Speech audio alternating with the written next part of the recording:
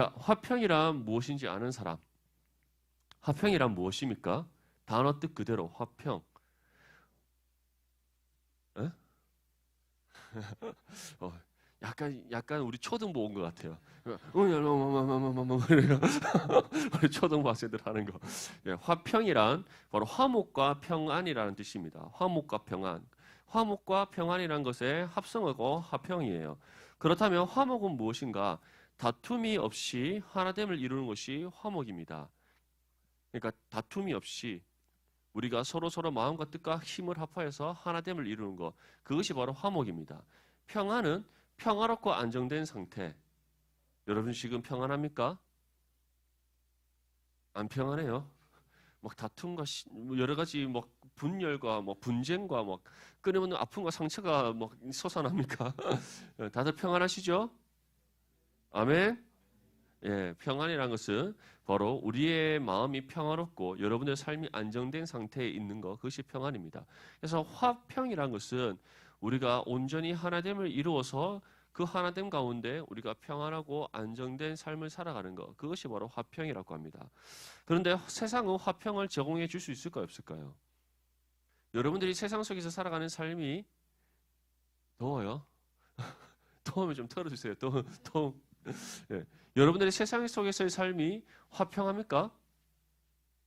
화목과 평안을 이루어가는 삶입니까?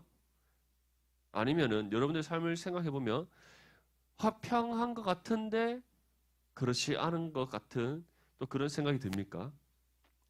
사실 세상에서는 우리에게 완전한 화평을 제공해 줄 수 없습니다. 세상은 끊임없이 경쟁하는 사회고, 그리고 세상에서는 우리가 끊임없이 다툼과 분열과 그리고 경쟁이라는 것을 통해서 우리가 누군가를 짓밟고 올라서지 않으면 성공할 수 없는 그런 사회이기 때문에 이 세상은 화평하다고 할 수 없습니다. 이제 선거철이 되면은 많은 이제 뭐 후보자들이 나와서 내는 공약들이 있죠.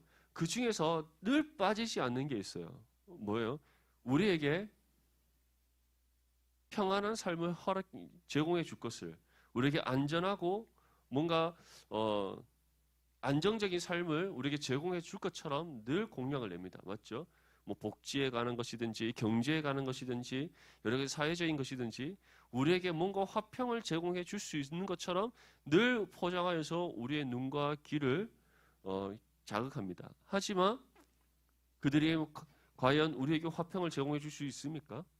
여러분들 지금까지 찍었던 사람들 또는 여러분들이 그렇게 믿었던 사람들이 여러분들에게 화평을 제공해 줬습니까? 절대로 세상은 우리에게 화평을 제공해 줄 수 없습니다. 하나됨을 꼭 이룰 거라고 장담했던 사람들도 우리가 화목을 이루기보다는 오히려 세대 간의 갈등, 지역 간의 갈등이 더 고조되었어요. 우리에게 뭔가 안정적이고 평안한 삶을 허락해 줄 것 같았는데 더더욱 우리는 평안하지 못하고 있고 안정적이보다는 더 불안정한 그런 삶을 살아가게 되어 있습니다. 그렇게 살아가고 있는 것 같아요. 여러분 그렇습니까? 공감하시나요? 여러분들 미래에 대해서 안정적으로 가고 있다고 생각합니까? 여러분들의 미래가 밝습니까 지금? 아니면은 여기 눈 한번 가려보세요. 눈 감고 앞에 보여요 안 보여요? 안 보이죠? 우리의 미래잖아. 아 맞죠? 불안전한 우리의 삶, 뭐 안전한 게 없고 뭐 보장된 미래가 없잖아요. 불안전한 미래 속에서 우리는 불안정한 삶을 살아가고 있잖아요. 그것을 봤을 때 세상은 우리에게 눈과 귀를 미혹하여서 꼭 화평을 이루어줄 수 있을 것처럼 말을 하지만 이루어줄 수 없다는 거예요. 왜 그런가? 우리가 세상을 탓할 수 없는 이유는 우리 자신부터가 화평을 이루기에는 그럴 만한 능력이 없기 때문이에요. 우리 사람은 본래 어떠한 존재입니까? 하나님 앞에 죄인된 존재입니다. 죄로 인해 하나님의 형상을 잃어버린 존재예요. 우리 안에는 화목과 평안이라는 단어는 존재하지 않습니다. 우리 안에는 시기와 다툼과 경쟁과 그리고 분노와 탐욕과 탐식과 교만과 허영과 나태와 이와 같은 모든 죄악된 것들을 가득 찬 것이 우리예요. 그래서 우리가 이전에 말씀을 살펴봤듯이 우리 안에 들어가는 것이 더러운 것이 아니라 어디에서 나오는 것? 우리 속에 나오는 것이 더러운 것이다 라고 예수님께서 말씀하셨어요. 왜냐? 우리 안에 있는 것이 어떠한 것이기에? 죄악된 것이기에. 그리고 지금 우리 그리스도인들도 마찬가지입니다. 우리가 구원의 은혜를 받아서 우리의 영혼이 하나님의 형상으로 회복되었지만 여전히 우리는 부패하고 썩고 없어질 무엇을 입고 있어요? 흙으로 만들어진 이 육신의 몸을 입고 있습니다. 여러분들 늙습니까? 안 늙습니까? 우리 진우 형제 늙어요? 안 늙어요? 작년과 오늘이 같습니까? 많이 다르죠. 그렇다고 하기에는 주변의 눈총이 아주 따갑습니다. 지금 이제 아웃에 있는 분들이 계시거든. 앞에 주제가 곧 바뀔 거예요. 그런 분들이 있기 때문에 지금 작년과 올해가 다르다고 이렇게 말하면 안 돼. 어쨌든 다 알아요, 맞죠? 한 해 하니까 군대 가기 전에 몸과 군대 전역하고 난 뒤에 몸이 다르죠. 맞죠? 느낍니까, 우리 수영 형제? 맞죠? 군대 있을 때 바닥바닥 잘 일어나는데 지금 못 일어나죠, 맞죠? 이게 당연한 생리적인 현상이에요. 그렇죠, 태호 형제? 예. 이처럼 우리 몸은 썩고 부패하여 없어질 육신의 몸이에요. 그런데 그러한 우리에게 선한 것이 있습니까? 우리에게 안정적인 것이 있습니까? 우리가 무엇인가 해결할 수 있는 능력이 있겠습니까? 아무것도 없다는 거예요. 오히려 우리 육체에 속한 것은 모든 것이 악하고 그리고 우리 안에 있는 모든 것이 불완전하기 때문에 우리로부터 비롯되어지는 것 중에서 화평을 이룰 만한 요소는 아무것도 없다는 것을 여러분들 기억할 수 있기를 바랍니다. 그렇기 때문에 사람에게 기대하지 마십시오. 정치인에게 기대하지 마십시오. 어떤 정부나 정당에 기대하지 마십시오. 다른 무엇에 여러분들 소망을 갖지 마십시오. 우리에게 화평을 줄 수 있는 분은 오직 누구? 하나님 한 분밖에 없음을 기억할 수 있기를 바랍니다. 그렇기 때문에 우리는 이 땅에 보화를 쌓는 삶이 아니라 어디에 보화를 쌓아야 되겠어요? 하늘에 보물을 쌓는 삶, 하나님 나라의 소망을 두고 우리는 살아가야 되는 존재인 것입니다. 특별히 사도 야고보는 믿음의 성도된 우리에게 중요한 말씀을 전합니다. 우리 본문 13절 말씀을 함께 읽겠습니다. 시작. 너희 중에 지혜와 총명이 있는 자가 누구냐? 그는 선행으로 말미암아 지혜의 온유함으로 그 행함을 보일지니라. 아멘. 오늘 사도 야고보는 세상에서는 화평을 기대할 수 없고 세상에 속한 죄인들에게서는 그 어느 누구도 화평을 이룰 수가 없는데 이 땅 가운데 화평을 이루어갈 수 있는 존재가 있음을 우리에게 전합니다. 그 사람이 누구냐? 바로 지혜와 총명이 있는 사람. 그래서 선행으로 말미암아 지혜의 온유함으로 그 행함을 보이는 사람. 다시 말해 하나님의 살아계심과 그의 선하심과 의로우심과 거룩하심, 하나님의 속성들을 나타낼 수 있는 사람. 그 사람이 바로 화평을 이뤄갈 수 있는 사람이다. 왜냐? 그에게는 무엇이 있기에? 지혜와 총명이 있기에. 그렇다면 이 지혜와 총명은 어디에서부터 비롯되어지는 것인가? 바로 하나님으로부터 우리에게 주어지는 지혜와 총명임을 말씀하고 있는 겁니다. 우리에게서 선한 것이 있는 것이 아닙니다. 우리에게서 화평을 이룰 수 있는 지혜와 능력이 있는 것이 아닙니다. 우리에게서부터 비롯되어지는 것이 아니라 어디에서부터 비롯되어진다고요? 하나님으로부터 주어지는 지혜와 총명으로 인해 우리는 하나님의 선을 행할 수가 있다는 거예요. 그리고 그 선을 우리가 세상 가운데 증거함으로써 어떻게 한다고 말씀합니까? 지혜의 온유함으로 그 행함을 나타내 보인다. 다시 말해 우리가 하나님의 선하심, 하나님의 의로우심, 하나님의 거룩하심, 그리고 하나님의 그 지혜와 총명으로 우리가 그 뜻을 따라 살아감으로써 세상 가운데 화평을 이뤄갈 수 있다라고 말씀하는 거예요. 하나님께서 우리에게 주시는 지혜와 총명이 아니고서는 우리는 말씀의 진리를 발견할 수가 없습니다. 하나님께 주시는 지혜와 총명이 아니고서는 우리를 향하는 하나님의 뜻이 무엇인지 우리는 깨달을 수가 없습니다. 하나님께 주시는 지혜와 총명이 아니고서는 우리가 살아가는 이 세상 가운데 옳고 그름을 바르게 분별할 수가 없습니다. 하나님께 주시는 지혜와 총명이 아니고서는 우리의 삶이 지금 하나님 뜻에 합당한 삶으로 나아가고 있는지 그렇지 않은지를 우리가 스스로를 돌아보고 점검할 수가 없다는 것을 여러분들 기억하십시오. 특별히 한번 여러분들이 예수님을 인격적으로 만나기 이전에 구원의 확신을 갖기 이전의 삶을 한번 생각해 보십시오. 여러분들이 예수님을 알지 못했을 때, 여러분들의 믿음이 없었을 때, 믿음에 대한 확신이 없었을 때 여러분들은 무엇을 생각하며 살아갔습니까? 하나님을 생각하며 살아갔습니까? 하나님이 나를 어떻게 사랑하시는지, 나를 향한 하나님의 뜻이 무엇인지 그것을 늘 생각하고 물으면서 살아갔어요? 그렇지 않죠. 하나님을 알지 못하고 예수 그리스도를 향한 믿음이 없은 그때는 여러분들 모두 지금 눈에 보이는 거, 귀에 들리는 거, 입으로 맛보아 아는 거, 손으로 만져지는 거, 몸으로 경험되어지는 것을 의존해서 살아갔습니다. 우리 모태 신앙인 친구들은 너무 가정에서부터 신앙적인 요소가 많이 이렇게 직감적으로 경험되어지기 때문에 그런 것에 대해서 조금 덜 느낄 수도 있어요. 하지만 믿지 않는 가정에서 홀로 신앙생활을 하기 시작한 우리 청년들은 잘 알 겁니다. 그렇죠? 교회에 나오기 이전에, 예수님을 인격적으로 만나기 이전에, 나에게 믿음의 확신이 있기 전에 어떤 삶을 살아갔어요? 대답 안 하셔도 돼요. 답 나오죠? 하나님과 전혀 상관없는 사. 하나님 자체에 관심도 없고 알려고 하지도 않고 하나님에 대해서 완전 무감각한 상태에서 내 소견에 옳은 대로 살아갔어요. 내가 느끼기에 좋은 거, 내가 하고 싶은 거, 내가 원하는 것을 쫓아 살아갔다고요. 그러한 삶 속에서 화평이라는 것을 찾을 수 있습니까? 없다는 거죠. 왜냐? 우리의 육신의 배부름은 채우면 채울수록 만족을 얻는 것이 아니라 더 갈급해지기 때문입니다. 가장 큰 예로 이제 우리 직장 생활하는 우리 청년들도 있으니까 일단 직장에서 내가 어떠한 일을 하면서 인정을 받았어요. 그리고 거기에 대해서 성과급을 받았어. 그러면 어떤 생각이 들어요?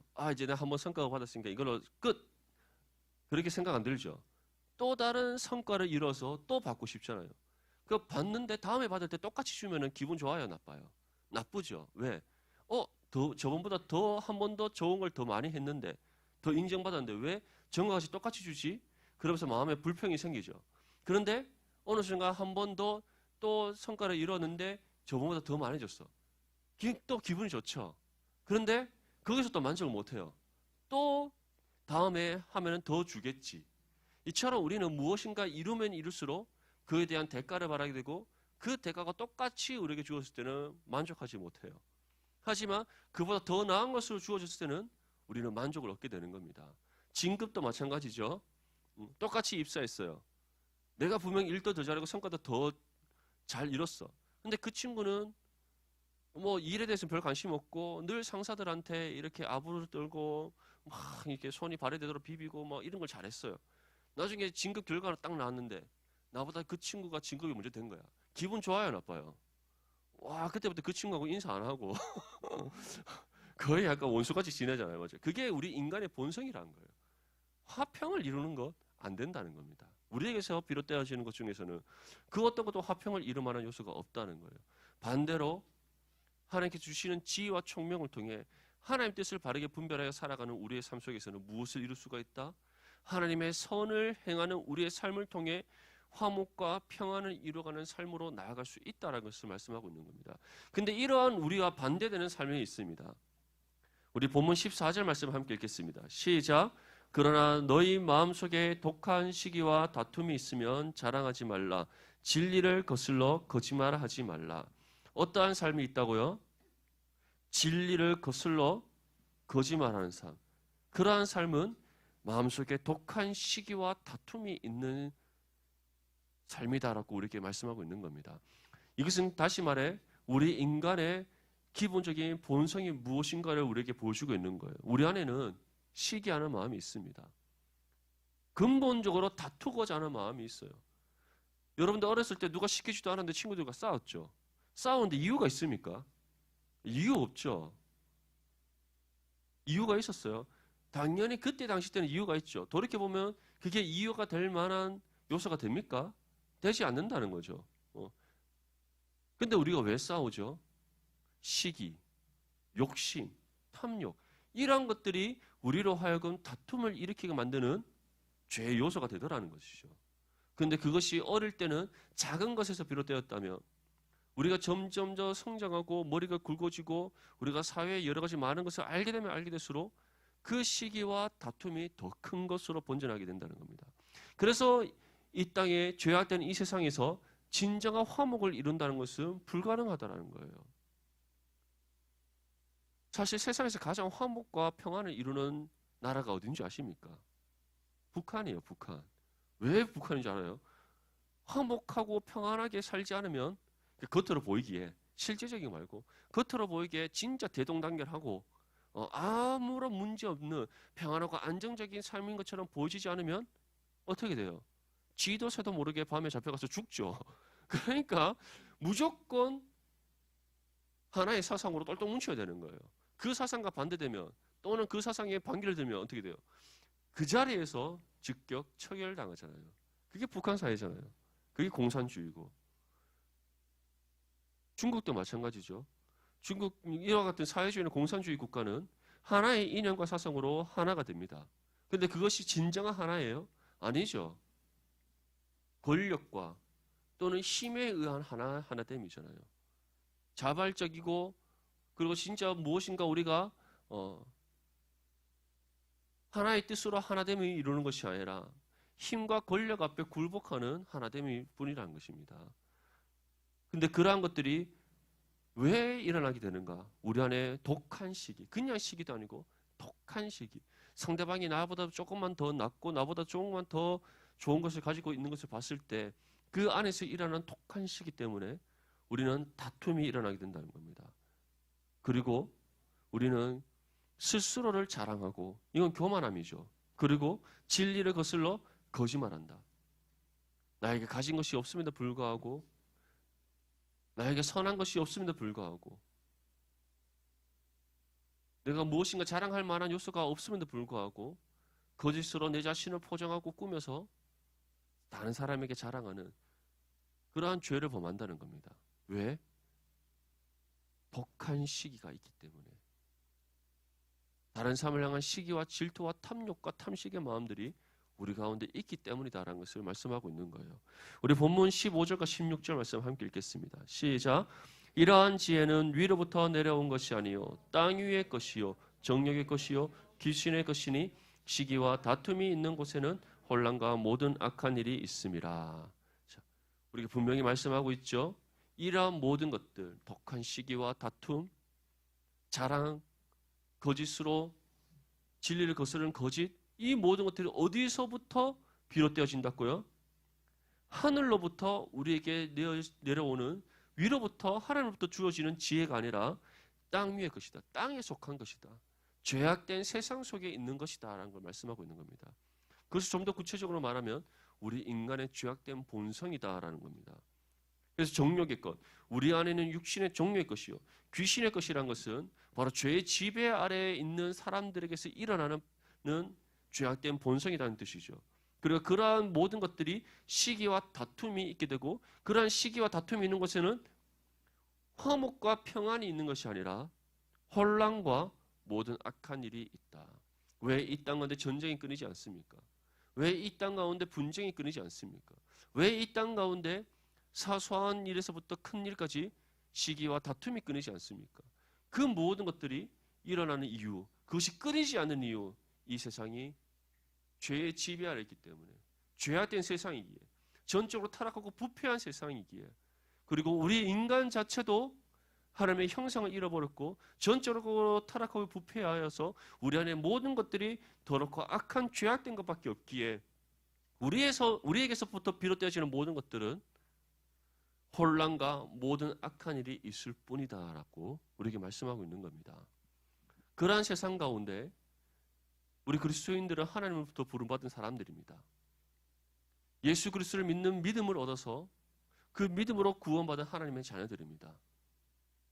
죄로 인해 파괴되었던 하나님의 형상을 다시 회복받은 존재들입니다. 죽었던 우리의 영혼이 예수 그리스도께서 이루신 그 십자가의 은혜로 새로운 생명으로도 다시 살아나게 된 존재들입니다. 죄의 지배 아래 있던 우리가 그 죄의 지배에서 벗어나서 예수 그리스도께 속한 하나님의 자녀가 된 존재들이 바로 우리들이라는 거예요. 그러한 우리에게 하나님께서는 하나님의 지혜와 총명을 주셔서 우리를 향한 하나님의 뜻을 깨닫게 하십니다. 우리가 어떻게 살아가야 할지 우리에 대한 삶의 원리를 가르쳐 주십니다. 그리고 세상에서 하나님께서 원하시는 것 또는 세상에서 우리를 통해 이루어가시는 하나님의 나라를 보게 하시고 그리고 세상 속에서 하나님께서 이 세계를 어떻게 이끌어 가시는지를 바르게 분별하여 보게 하시는 은혜를 우리에게 주십니다.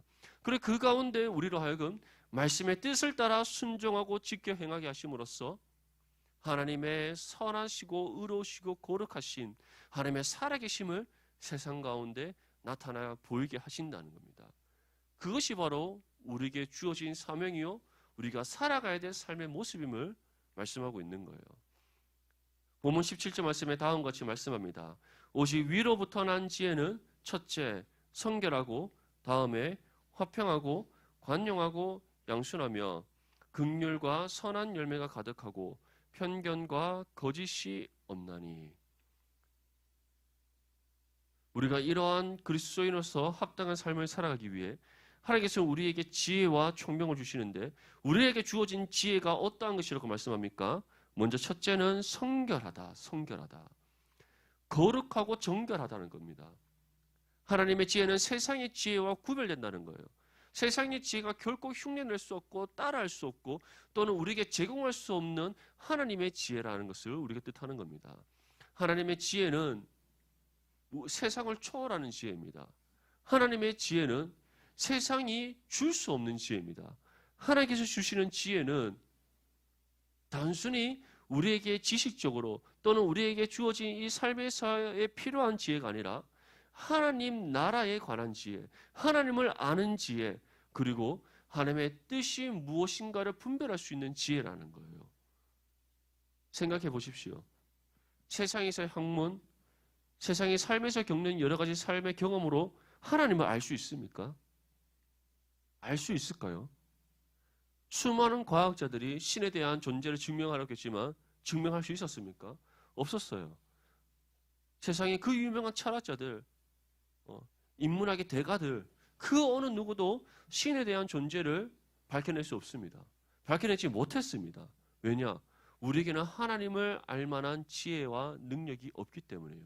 하나님께서 우리에게 자신을 계시하지 않고서는, 자신을 우리에게 알려주시지 않고서는, 우리에게 지혜를 주시지 않고서는 우리는 하나님의 존재를 스스로 알 수 없는 존재들입니다.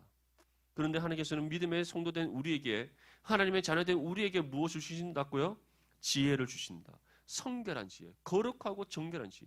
그 어떤 흠과 티가 없고 불완전함이 없는 완전하고 깨끗하고 완전한 진리이고 그리고 세상에서 볼 수 없고 가질 수 없는 구별된 하나님 나라의 지혜를, 하나님 자신의 지혜를 우리에게 주신다는 거예요.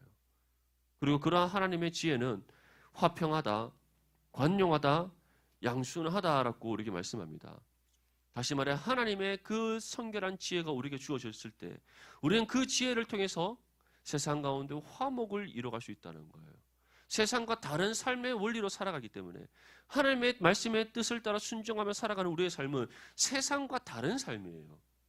세상에서는 사랑할 때 어느 정도 사랑하라고 말합니까? 내가 사랑할 수 있는 만큼 사랑하라고 합니다. 다른 사람에게 선행을 베풀 때 얼마만큼 선행을 베풀라고 합니까? 내가 할 수 있는 만큼 선행을 베풀라고 그래요.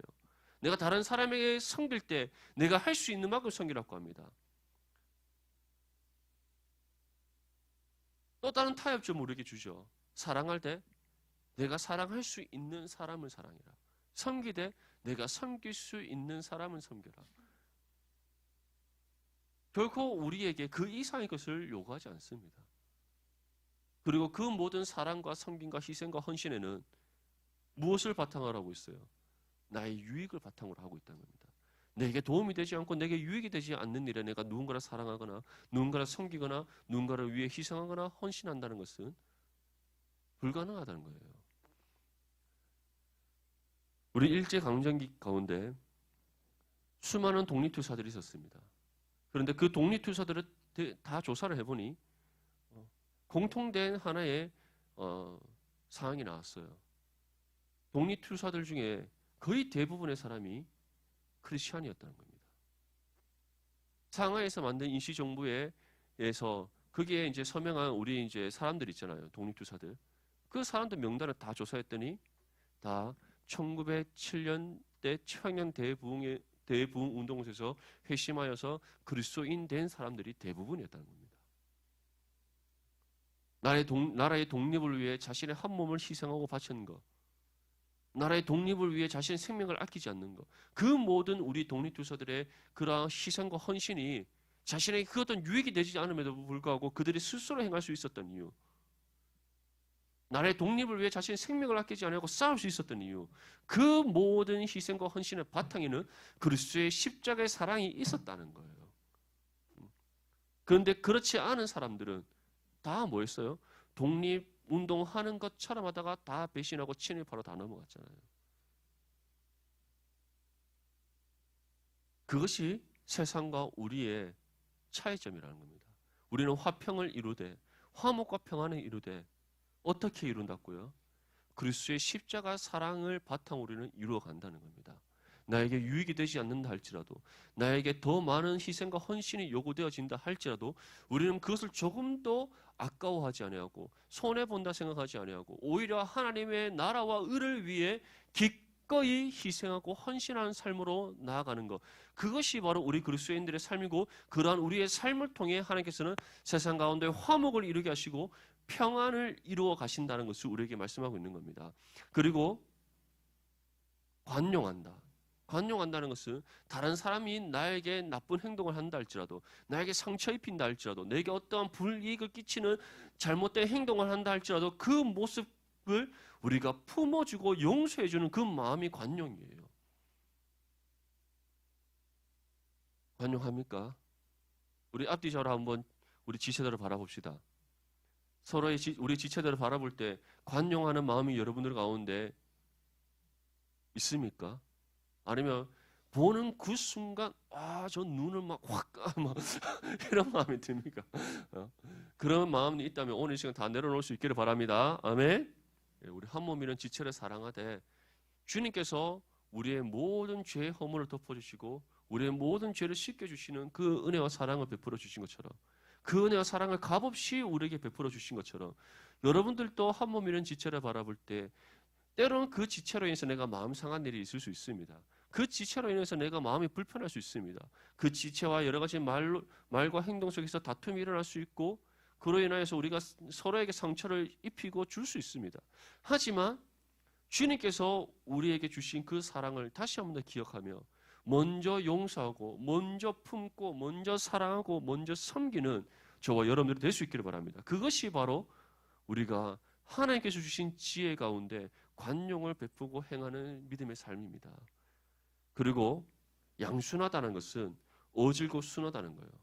어질다는 것은 바로 마음이 넉넉하고 그리고 다른 사람에게 정말 선한 유익을 끼친다는 거죠. 그리고 순하다. 양처럼 순하다는 거예요. 양처럼 순하다. 툭 쳐도 하고 가만히 있는다 이 말이에요. 무슨 뜻인지 알겠죠? 혹시 양 한번 직접 만나봤어요? 양?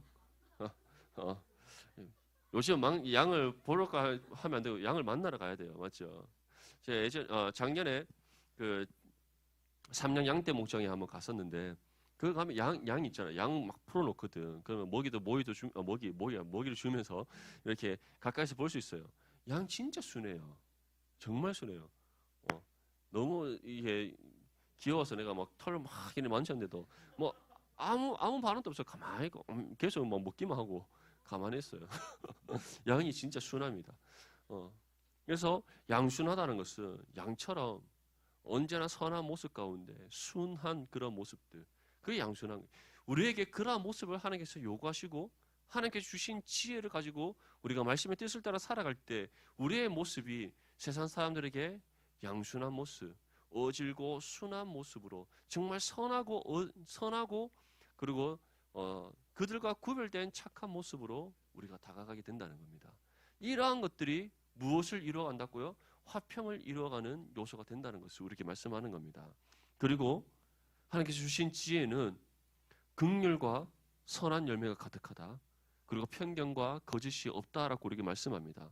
긍휼하다는 것은 다른 사람을 조건 없이 용서하고 사랑하고 품는 것을 뜻합니다. 그런데 우리는 계속 조건을 걸어요. 어떤 조건을 겁니까? 먼저 나에게 사과하면 내가 받아줄게. 근데 상대방이 사과합니까? 안 합니까? 안 해요. 왜? 상대방 똑같이 생각하거든. 네가 먼저 사과하면 내가 받아줄게. 이게 사과가 안 되는 거예요. 근데 주님께서 우리에게 무엇이라 말씀합니까? 먼저 용서해라. 사과를 하든 말든 먼저 용서해라. 내가 먼저 잘못했든 상대방이 먼저 잘못해도 상관없이 먼저 용서해라. 우리가 용서하는 마음이 생기며 먼저 용서하게 되면 내가 먼저 사과하게 됩니다. 근데 내가 용서하지 못하기 때문에 사과하지 않는 거예요. 내가 먼저 잘못했다 할지라도 나의 잘못된 행동을 해서 다른 상대방이 나에게 공격을 했을 때 그 공격한 것 때문에 나도 상처받았다는 거예요. 그렇기 때문에 내가 먼저 사과하지 않는 겁니다.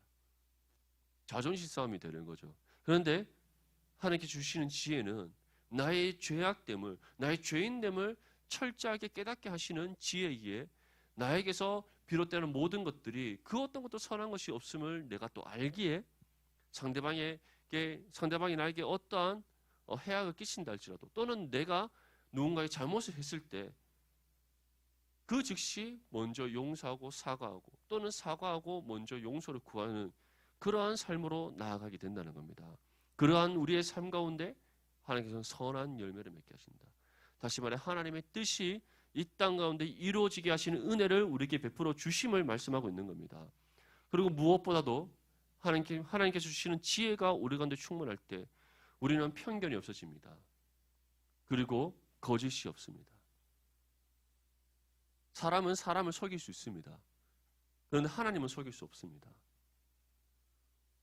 편견을 갖는 것도 마찬가지입니다. 선입견인 거죠. 또는 내가 가진 기준으로 상대방을 판단하는 겁니다. 그런데 하나님께 주시는 지혜가 우리 가운데 있을 때 내 자신이 하나님 앞에 어떠한 존재를 알기 때문에 다른 상대방을 내가 가진 기준으로 바라보지 않는다는 겁니다. 하나님의 시각으로 바라보게 되고 그리고 무엇보다도 그 사람에 대한 선입견을 버리게 된다는 거예요. 있는 모습 그대로 우리는 받아들이게 되고 있는 모습 그대로를 사랑하게 되고 있는 모습 그대로를 우리가 품게 된다는 거예요. 그것이 바로 하나님께서 주시는 지혜가 우리 가운데 있을 때 일어나게 되는 모습입니다. 한번 여러분 생각해 보십시오. 하나님으로부터 우리가 지혜를 얻었을 때 우리가 다른 사람을 관용하고 우리가 양순한 삶을 살아가고 상대방을 긍휼히 여기고 그리고 편견과 거짓이 없이 사람을 대할 때 화목과 평안을 이룰 수 있겠습니까? 없겠습니까? 당연히 화목과 평안을 이루는 삶을 살아가게 된다는 겁니다. 그에 합당한 선한 열매를 맺게 된다는 겁니다. 이것이 바로 하나님으로부터 받은 지혜를 가지고 살아가는 그리스도의 모습 속에서 일어나야 될 삶의 모습이고 우리가 맺어야 될 삶의 열매다라는 것을 우리에게 주장하고 있습니다. 우리 마지막으로 본문 18절 말씀을 함께 읽겠습니다. 시작. 화평하게 하는 자들은 화평으로 심어 의의 열매를 거두느니라. 아멘. 사랑하는 우리 모든 디모데 지체들, 하나님께서 주시는 지혜를 가지고 하나님 뜻에 합당한 믿음의 삶을 살아갈 수 있기를 바랍니다. 그래서 여러분들의 삶을 통해 세상 가운데 화평을 이뤄갈 수 있기를 바랍니다. 그리고 화평으로 심어서 하나님의 의의 열매를 맺을 수 있기를 바랍니다. 이것이 진정으로 지혜 있는 그리스도인의 합당한 삶이요 하나님께서 우리를 통해 보시기를 원하는 믿음의 삶입니다. 우리 모든 디모데 지체들이 하나님께 주신 지혜로 관용하고 양순하며 긍휼하고 또 편견과 거짓이 없는 삶, 그러한 삶을 살아감으로써 화평을 이루고 선한 열매를 맺으며 의의 열매를 거두는 그러한 저와 여러분들이 될 수 있기를 주님의 이름으로 축복합니다.